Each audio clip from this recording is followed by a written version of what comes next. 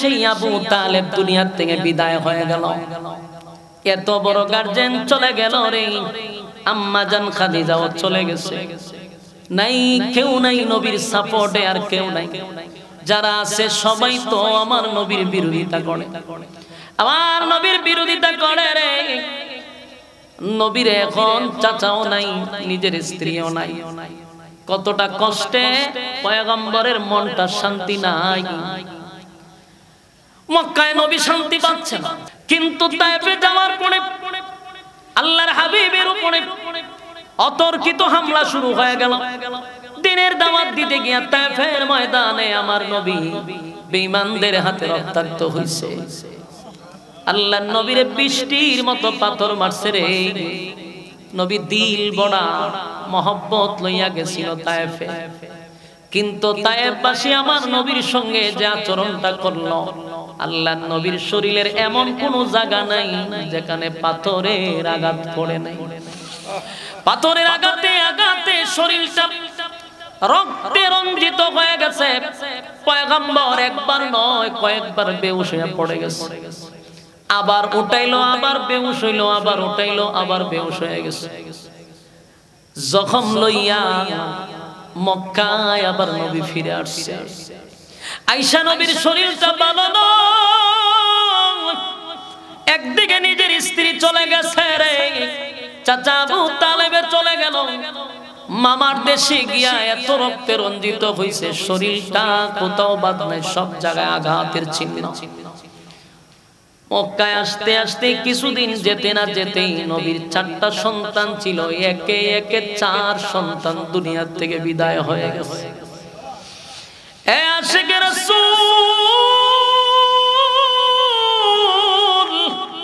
একবার বালিশের সঙ্গে মাথা লাগায়া দেখো, যেই নবীর জন্য আল্লাহ পৃথিবীটা সুন্দর করলো, যেই নবীর প্রেমে আমার আল্লাহ পাগল, সেই নবীর উপরে কয়টা মুসিবত চিন্তা করে। একের পর এক মুসিবত আর মুসিবত। স্ত্রী চলে গেল, চাচা চলে গেল, সন্তানগুলি মারা গেল। খানায়ে কাবা থেকে দাওয়াত দেওয়ার জন্য তায়েফে গেল, সেখানে রক্তাক্ত হইল। মনটা বড় খারাপ, ব্যথায় ব্যতীত হইয়া খানায়ে কাবার পাশে নবী বসে আছে, আর চোখের পানিগুলো ছাড়তেছিল। এমনি একজন সাহাবী বলে, নবী গো, বেলাল রে, মক্কার মানুষ নির্যাতন করতেছে গো নবী। নিজের একজন লোক, নিজের কর্মী বেঈমানদের হাতে মার খাইতেছে, কতটা কষ্ট লাগে। নেতার কথা হয় না, এমনি সব চতুর্দিকে ব্যথায় ব্যথিত। আবার মক্কার সামনে নিজের শরীরে অসংখ্য জখমের আঘাত নিয়ে নবী বসা। হায় রে, পুরা শরীরটাতে পাথরের আঘাতের চিহ্ন। ভারাক্রান্ত মন নিয়ে বসা, সন্তানগুলিও চলে গেল। ঠিক এই মুহূর্তে খবর আসছে আপনার বেলালের বুকের উপরে পাথর, আপনার বেলালকে মারে গোলাবি। বেলাল একটাই অপরাধ, কালেমা পড়ে ঈমান আনছে আল্লাহর উপরে। আবু তালেব নবীর দিকে তাকায় আছে আর বলে, ভাতিজা, তুমি আমারে নতুন করে কোনো কিছু শিখাইতে হবে না, বুঝাইতে হবে না। আমি মক্কা নগরীর সবার থেকে ভালো জানি তুমি যে আল্লাহর পয়গম্বর, এর মধ্যে কোনো সন্দেহ নাই। তোমার কোরআন সত্য, তুমি রাসূল সত্য, তোমার আল্লাহ সত্য, দিন ধর্ম সত্য, এটা আমি জানি। আমি যদি তোমার কালেমা পড়ি, তোমার মালিকের জান্নাত আমি পাবো, সেটাও জানি। কালেমা যদি নস্তাই জাহান্নামে যাব, সেটাও আমি জানি। আবু তালেব আল্লাহর পয়গম্বরের ব্যাপারে জানে গো, সবার চেয়ে বেশি জানে, সবার চেয়ে বেশি জানে। যেদিন নবী দুনিয়ায় আসছিল, সেদিন আবু তালেব বুঝতে পারছে উনি সাধারণ কোনো মানব না। আবু তালেব বুঝতে পারছে। যেদিন আবু তালেব রাসূলকে কোলে নিয়া রাখলেন আর চেহারার দিকে তাকায়া ছিলেন, সেদিন বুঝতে পারছে উনি সাধারণ কোনো মানব না। কারণ চন্দ্র, আকাশের চন্দ্র, এই চন্দ্র রাসূলের কাছে চলে আসছে। সুবহানাল্লাহ। কিতা আপনারা হইলো জজবা ওঠে না? জজবা বিরিয়ানি দেন, জজবা বিরিয়ানি দিলে আসেনি না, তৈলে তো ঠিক আছে, জজবা ওঠার কথা। আশেকে বিরিয়ানিও আছে অনেক, এটাতে জজবা ওঠার কথা, উঠে না কেরে। গ্রান বিরিয়ানির ফুটলা একটা মুখ খুললা দেন, গ্রান আইলে উঠতে যাবো। কথা কি বুঝতেছে? আবু তালেব কি ফরে বুঝছেন, আগেই বুঝছে। যেদিন রাসূল দুনিয়ার জমিনে আসছে সেদিন বুঝতে পারছে উনি সাধারণ কোনো মানব না, সাধারণ কোনো মানব না, যার জন্মের পরে চন্দ্র নিচের দিকে নামা শুরু করছে। এমন কি নবীর পাশে চন্দ্র আয়েশা লড়াচড়া করে। সুবহানাল্লাহ। আবু তালেব বলেন আমি আশ্চর্য, আমি আশ্চর্য হয়ে গেছি এই দৃশ্য দেখে। আমি কারে বলবো, কারে বলবো, এমন দৃশ্য দেখে আমি পাগল হয়ে গেছি। আকাশের চন্দ্র আমার কাছে চলে আসছে, আমি তাকায়া দেখি আমার ভাতিজা ডাইনে লড়ে বামে লড়ে, চন্দ্র ডাইনে যায় বামে যায়। পরে বুঝতে পারছি চন্দ্র নিজে নিজে লড়ে না, আমার ভাতিজা ডাইনে গেলে চন্দ্র দৌড়ায়া ডাইনে যায়, আমার ভাতিজা বামে গেলে চন্দ্র দৌড়ায়া বামে যায়। আমি বুঝতে পারছি এটা সাধারণ কোনো মানব না, উনি আল্লাহর পাঠানো একজন পয়গম্বর। আবু তালেব কি ফরে জানছেন, আগেই জানছেন। আবু তালেব কি ফরে বুঝছেন, আগেই বুঝছে। এলে মরার সময় হয় আমার ওয়াজ করো না, রাসূলের সামনে কয় আমার ওয়াজ করো না, আমি তোমার ব্যাপারে যা জানি মক্কার মানুষ জানেই না। তাই আল্লাহর নবী বলেন প্রাণের চাচা আপনি যদি সব জানেন, সব জানেন, তাহলে আপনি আমার কাছে কালেমাটা পড়েন। আবু তালেব ডাইনে বামে তাকায়, রাসূল বুঝতে পারছে হায় রে আবু জাহিল্লারা বসা, আবু লাহাবরা বসা। চাচা মনে হয় তাদের দিকে তাকায় যে তারা শুনবে। তাই আল্লাহর নবী কানে কানে বলে প্রাণের চাচা গো, শুধু আমার কানটা আপনার টুটে লাগায়া দিব, টুটটা লড়ায়া শুধু বলেন লা ইলাহা ইল্লাল্লাহু মুহাম্মাদুর রাসূলুল্লাহ সাল্লাল্লাহু আলাইহি ওয়াসাল্লাম। একবার শুধু বলেন, একবার শুধু টুটটা লড়ায়া কালেমা পড়েন। ওয়াদা দিলাম, আমি ওয়াদা দিলাম কিয়ামতের ময়দানে আপনি চাচারে না লইয়া আমি নবী জান্নাতে যাব না। এ আশিক রাসূল, আল্লাহর পয়গম্বর চাচারে কি পরিমাণ ওয়াজ করলো, চোখের পানি গুলো ছেড়ে দিয়া কান্দে আর বলে প্রাণের চাচা একবার পড়েন, আমার চোখের সামনে আপনি জাহান্নামে যাবেন, আমি নবী বরদাস্ত করতে পারবো না। বাবার আদর আমি পাই নাই, আপনি আমারে বাবার আদর দিয়া লালন পালন করছেন, আপনি জাহান্নামে যাবেন, আমি কেমনে গো বরদাস্ত করব। যুবক ভাইরা আমার, এরপর আবু তালেব বারবার অন্যদিকে তাকায়। শেষে আবু তালেব সিদ্ধান্ত নিছে, কই ভাতিজা রে আমি জানি আমি জাহান্নামে যাব কালেমা না পড়লে, তবে আমি জেনে শুনে তোমার জাহান্নামটা বেছে নিলাম। নাউজুবিল্লাহ। এ কত বড় কপাল পোড়া আবু তালেব, কত বড় কপাল পোড়া রে। নবীর সুসংবাদ পাওয়ার পরেও, জান্নাতের সুসংবাদ পাওয়ার পরেও আবু তালেব বলে সারাটা জীবন বাপ দাদার ধর্ম পালন করলাম, আমি মক্কা নগরীর একজন সর্দার, সর্দার হইয়া যদি এই মুহূর্তে আমি নতুন ধর্ম গ্রহণ করে মারা যাই রে, মক্কার মানুষ আমার বিরুদ্ধে সমালোচনা করবে আর বলবে দেখছো মরার সময় বাপ দাদার ধর্মের মধ্যে সুনকালি মাইরা বাতিজার নতুন ধর্ম গ্রহণ করছে, এই অপবাদ আমি বরদাস্ত করতে পারবো না। আবু তালেব এই কথা বলার সাথে সাথে হাবিব কিবরিয়ার চোখ থেকে পানি টপ টপ করে মুক্তার দানার মতো পড়তেছিল। আল্লাহর নবী কান্না শুরু করছে, সাথে সাথে আল্লাহ জিবরাইল পাঠায়া দিছে, পাঠায়া বলে পয়গম্বর একটা সাউন্ড আর করবেন না, সাবধান। আর একটা ওয়াজ নসিহত করা যাবে না। চোখের পানি মুছেন।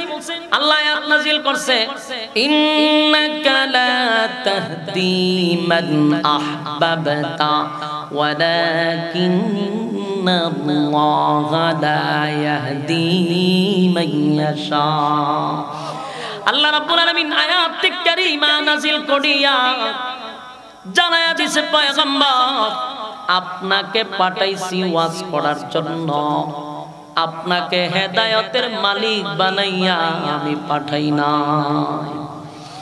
আশিক রাসূল বলুন তো দেখি, হেদায়েতের মালিক কে? আর জোরে কোন কে? হেদায়েতের একমাত্র মালিক আল্লাহ।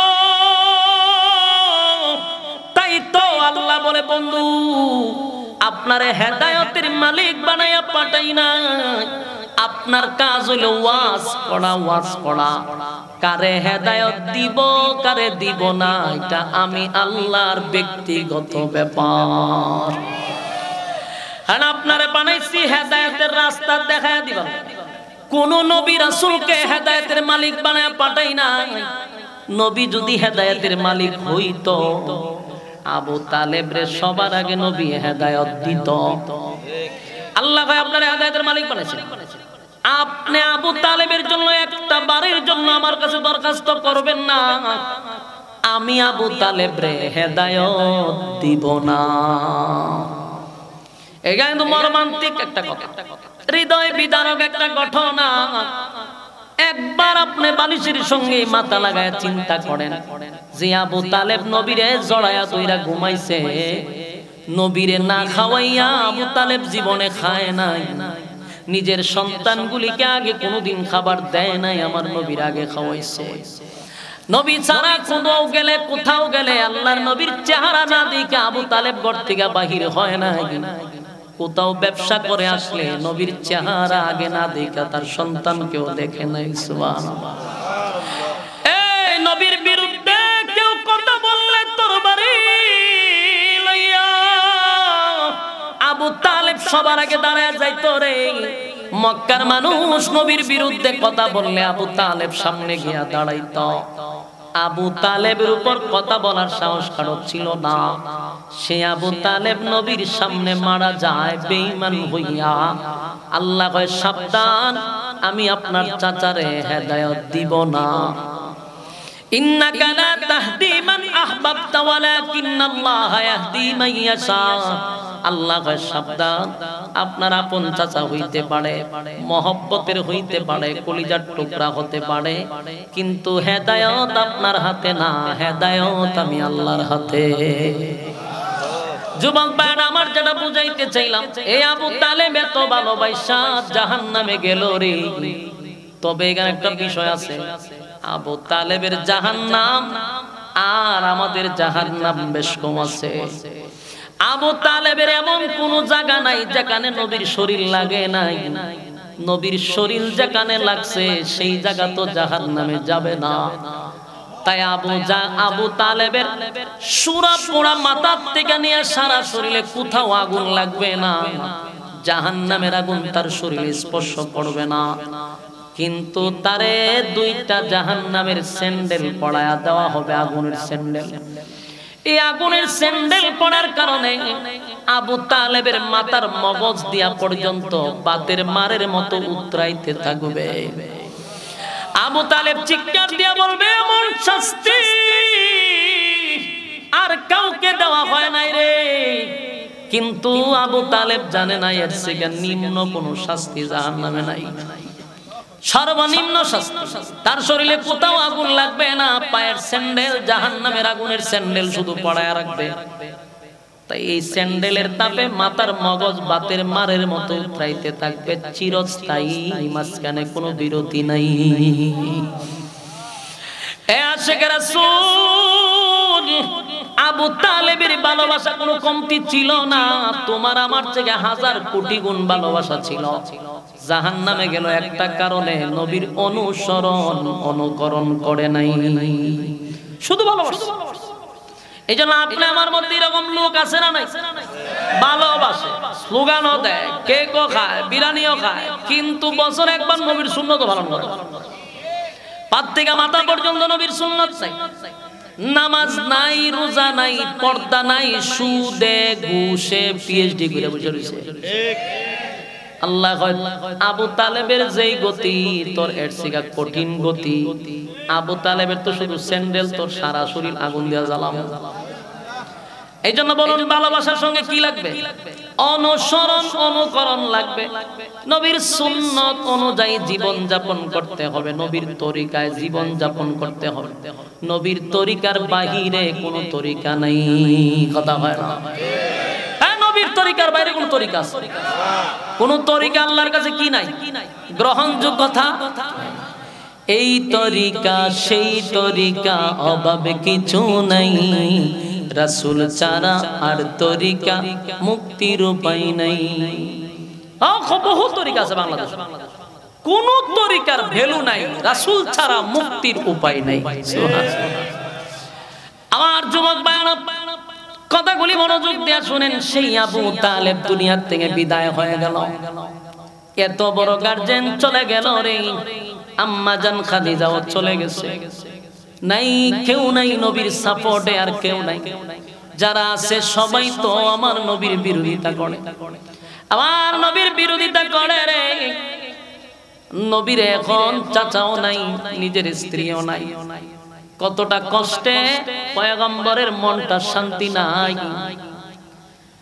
মক্কায় নবী শান্তি পাচ্ছে না, কিন্তু তায়েফে যাওয়ার পরে আল্লাহর হাবিবের উপরে অতর্কিত হামলা শুরু হয়ে গেল। দিনের দাওয়াত দিতে গিয়া তায়েফের ময়দানে আমার নবী বেঈমানদের হাতে রক্তাক্ত হইছে। আল্লাহর নবীরে বৃষ্টির মতো পাথর মারছে রে।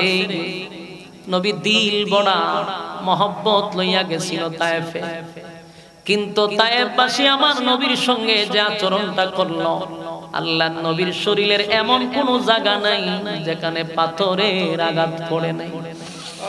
পাথরের আঘাতে আঘাতে শরীরটা রক্তে রঞ্জিত হয়ে গেছে। পয়গম্বর একবার নয় কয়েকবার বেহুশ হয়ে পড়ে গেছে। আবার উঠাইলো, আবার বেহুশ হইলো, আবার উঠাইলো, আবার বেহুশ হয়ে গেছে। জখম লইয়া মক্কায় আবার নবী ফিরে আসছে। আয়েশা নবীর শরীরটা ভালো নয়। একদিকে নিজের স্ত্রী চলে গেছে রে, চাচা আবু তালেবে চলে গেল। মামার দেশে গিয়া এত রক্তে রঞ্জিত হইছে, শরীরটা কোথাও বাদ নাই, সব জায়গায় আঘাতের চিহ্ন। মক্কায় আসতে আসতে কিছুদিন যেতে না যেতেই নবীর 4টা সন্তান ছিল, একে একে 4 সন্তান দুনিয়ার থেকে বিদায় হয়ে গেছে। এ আশিকে রাসূল,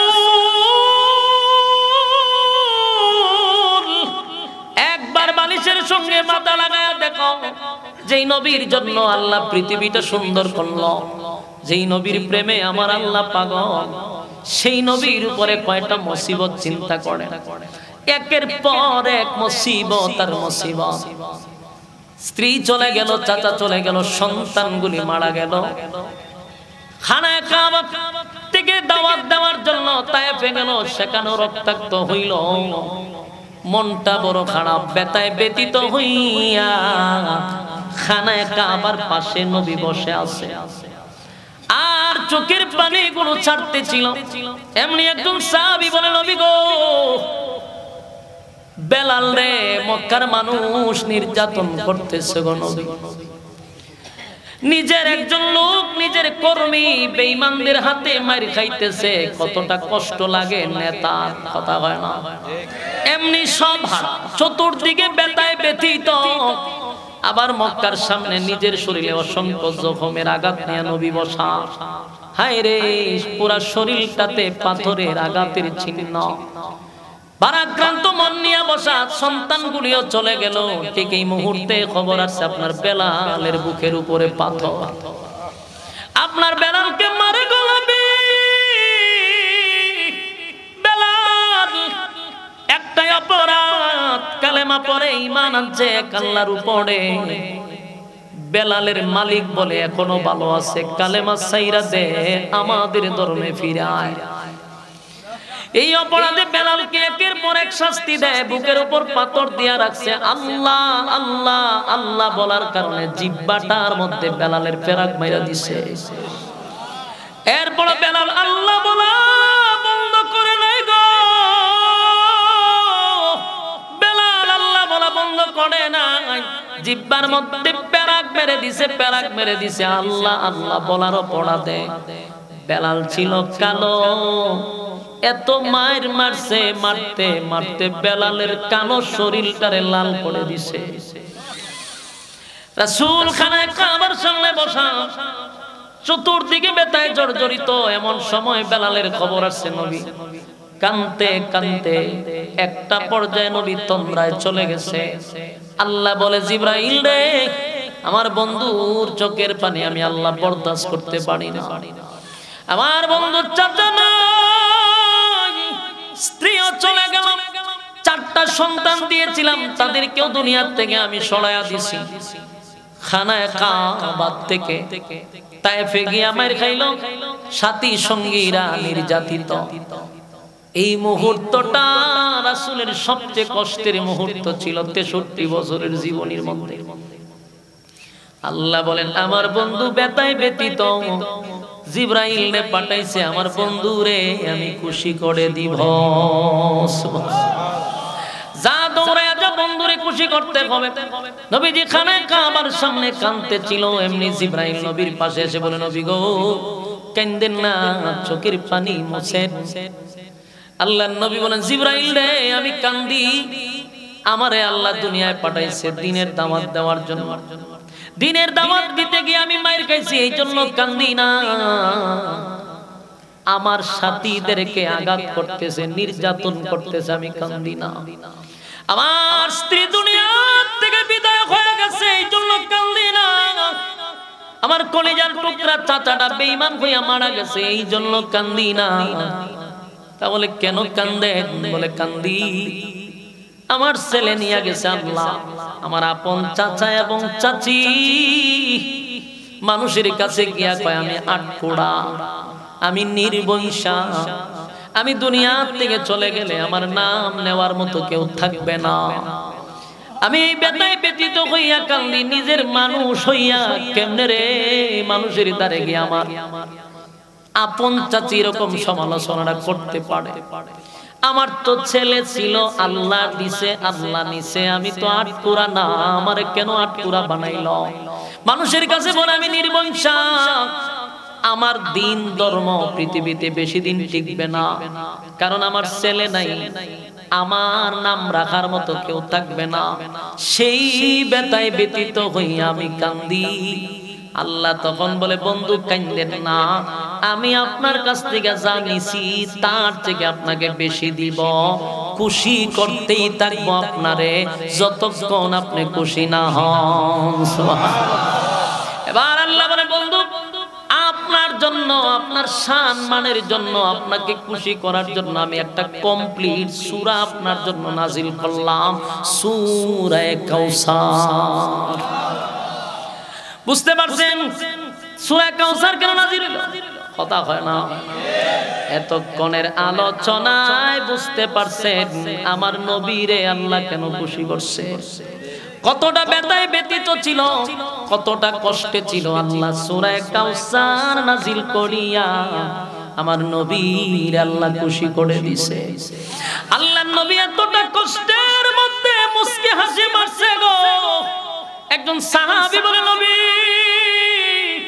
চোখের পানি আপনার টপ টপ করে মুক্তার ধারার মতো পড়তেছিল, এর মাঝখানে আপনি দেখলাম মুস্কি হাসি মারলেন। নবী কয়, সাহাবী রে এই মুহূর্তে এমন একটা সূরা নাজিল হয়েছে যে সূরাটাই নাজিল করছে আমি আল্লাহ, আমি নবীরে খুশি করার জন্য। আল্লাহ সূরা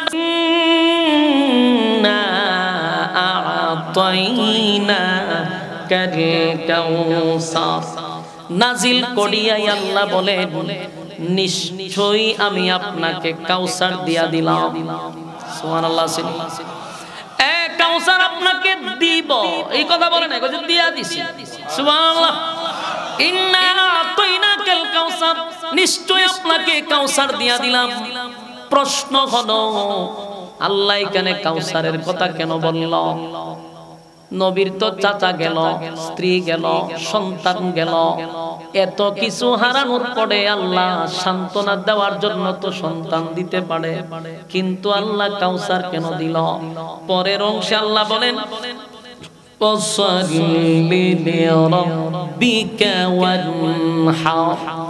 আমি আপনাকে কাউসার দিয়া দিলাম, বিনিময়ে আপনার রবের জন্য আপনি সালাত আর কুরবানি আদায় করেন।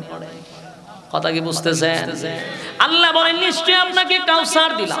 এরপরের অংশে বলেন আপনার রবের জন্য আপনি সালাত আদায় করেন আর আপনার রবের নামে কুরবানি দেন।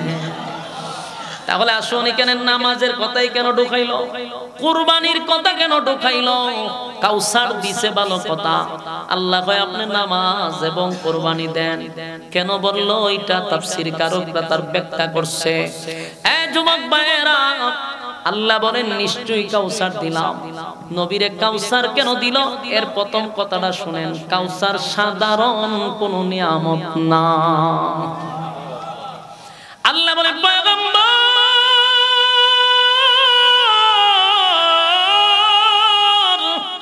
আমি আদম পয়গম্বরকে কাউসার দেই না। আদম পয়গম্বর 350 বছর আমার জন্য কাঁদছে।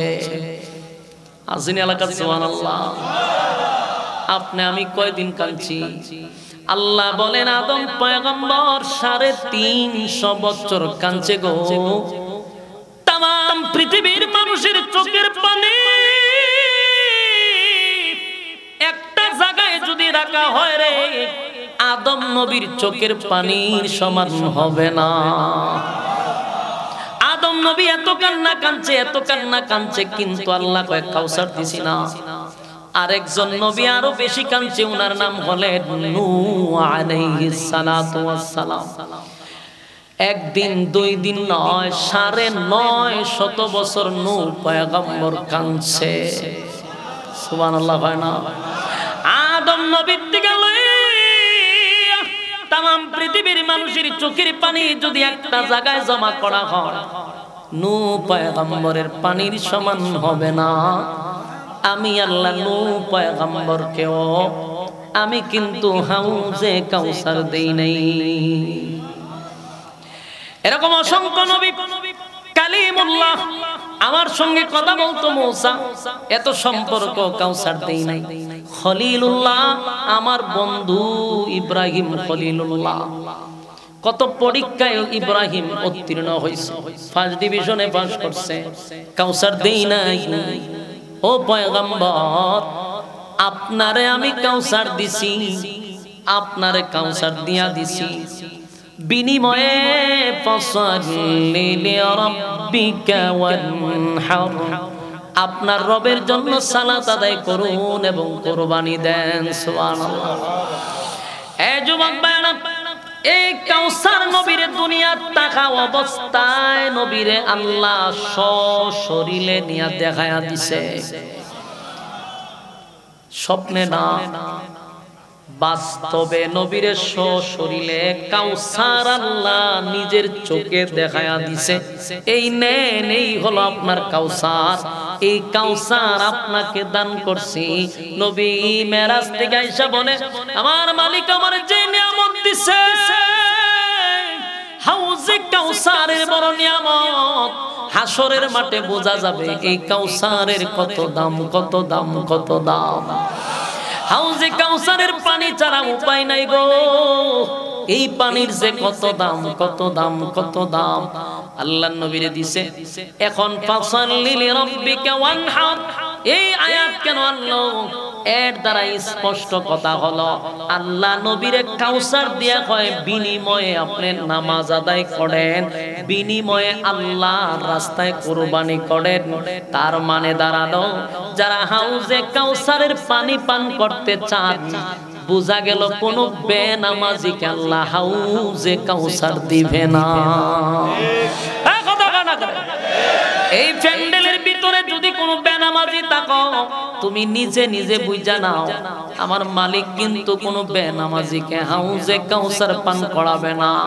তুমি যতই মুখ দিয়া বলো আশিকে রাসূল, যতই নবীর প্রেমে পাগল হইয়া লাফাও, বিনা নামাজে কোন বেনামাজিকে আল্লাহর নবী নিজের হাতে পানি পান করাবে না। কথা হয় না? তাহলে জান্নাতের ভিতরে হাউজে কাউসারের পানি যদি পান করতে চাই গো, বলুন কোন বেনামাজিরে পানি পান করতে দিব? তাহলে কবরে যাওয়ার আগে নামাজি হইয়া যাব না বেনামাজি? সপ্তাহে একদিন নামাজ পড়লে চলবে? কথা হয় না? আমাদের সমাজে মুসল্লি আছে কয়েক প্রকার, এর মধ্যে এক প্রকার হইল প্রত্যেক জুমায় একদিন, এটা হলো সাপ্তাহিক মুসল্লি। আর একটা আছে সিজুন্না মুসল্লি, সবে বরাত, সবে কদর, সবে মেরাজ, এই কয়েকটা সিজন দিকে এরা মসজিদে যায়, সারা বছরে আর মসজিদে পাওয়া যায় না। আর একটা আছে বছরে মুসল্লি, এটি শুধু দুই ঈদে দুইটা নামাজ পড়ে। মসজিদের মুসল্লিদের কোয়ালিটি আছে না নাই? এরকম অসংখ্য কোয়ালিটি। যারা নামাজ পড়ে সাপ্তাহিক, যারা নামাজ পড়ে বছইরা সিজুন্না, সাবধান হয়ে যাও গো, এমন নামাজিকে আমার নবী বরকতি হাতের পানি পান করাবে না।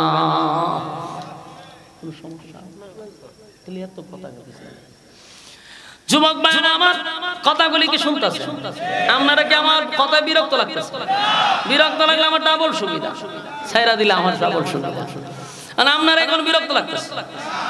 এই আশিকে রাসূল দিলের কান লাগায় শুনেন, একটা কথাও এই পর্যন্ত কোনো গিচ্ছার ভিতরে ঢুকাইছি না, একটা কথাও আমি কোনো কাল্পনিক বলি নাই। সম্পূর্ণ কথাগুলি কোরআন থেকে চলতেছে। আপনারা কি মনে হয় গিচ্ছা চলছে কেন? গিচ্ছা হয়তো যদি বাবার গিচ্ছা গাইতাম, ফিরের কথা কইতাম, তাহলে এগুলো কাল্পনিক, কোনো ডকুমেন্টস নাই, কোনো দলিল নাই। কিন্তু নবীর কথায় দলিল আছে না নাই? কোরআন যার পক্ষে দলিল দিছে, সুবহানাল্লাহ। এজন্য নবীর কথা শুনেন, মনোযোগ দিয়ে শুনেন। সূরা কাউসারের মধ্যে আল্লাহ স্পষ্ট জানাইছে। এবার আরো শুনেন সামনে কি কয়, ইন্না শানিআকা হুয়াল আবতার। ওই যে মক্কার মানুষ নবীরে কি বলছে? আবেতার বলে গালি দিছে। আবেতার মানে হলো নির্বংশা, লেজ কাটা। নাউজুবিল্লাহ।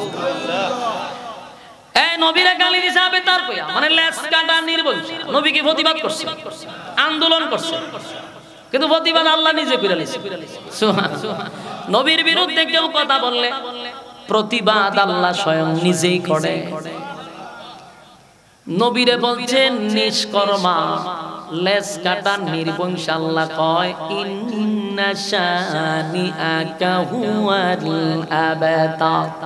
নিশ্চয়ই যারা আপনাকে আবেতার বলছে তারাই হলো আবেতার। এই যুবক ভাই, আল্লাহ নবীরে আল্লাহ সান্ত্বনা দেয়, দিয়া কয় পয়গম্বর আপনার সন্তান নিলাম আমি 4 জন। কয়জন? আমি আপনার সন্তান 4 জনকে নিয়ে নিছি গো নবী। আপনার কলিজায় আমি আপনারে ব্যথা দিছি, কারণ বাবার কাঁধে সন্তানের লাশের থেকে ওজন আর কিছু হতে পারে না। সবচেয়ে কঠিন হলো সন্তানের লাশ কাঁধে নেওয়া। একজন বাবার জন্য এর থেকে কষ্টের আর কোনো বিষয় হতে পারে না।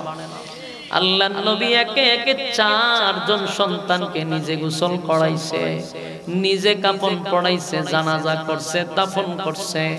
বাবা হিসাবে নবীর কলিজায় কতটা ব্যথা।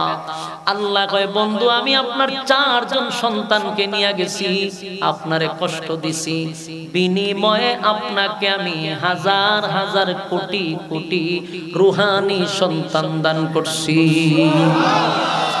আপনার নিলাম আমি 4 জন, দিলাম আমি হাজার হাজার কোটি সন্তান। এই নবীর আল্লাহ কয় আপনারে রূহানি সন্তান দিছি, রূহানি সন্তান। রূহানি সন্তান কারা রে? আমরা যারা পড়ছি আমরাই নবীর রূহানি সন্তান। আমরা হলাম নবীর রূহানি সন্তান। আল্লাহ কয় বন্ধু, 4টা সন্তান আপনারা নিয়ে গেছি, মক্কার মানুষ আপনারে বলে আপনি লেজ কাটা, তারা বলে আপনার নাম নেওয়ার মতো আর কেউ থাকবে না, আপনার নাম বলার মতো কেউ থাকবে না। তাদেরকে জানায়া দেন কোটি কোটি হাজার কোটি রুহানি সন্তান দিছি, তারা কিয়ামত পর্যন্ত আপনি নবীর নামের ইজ্জত রক্ষার জন্য শরীরের তাজা রক্ত ঢেলে দিতে পারে।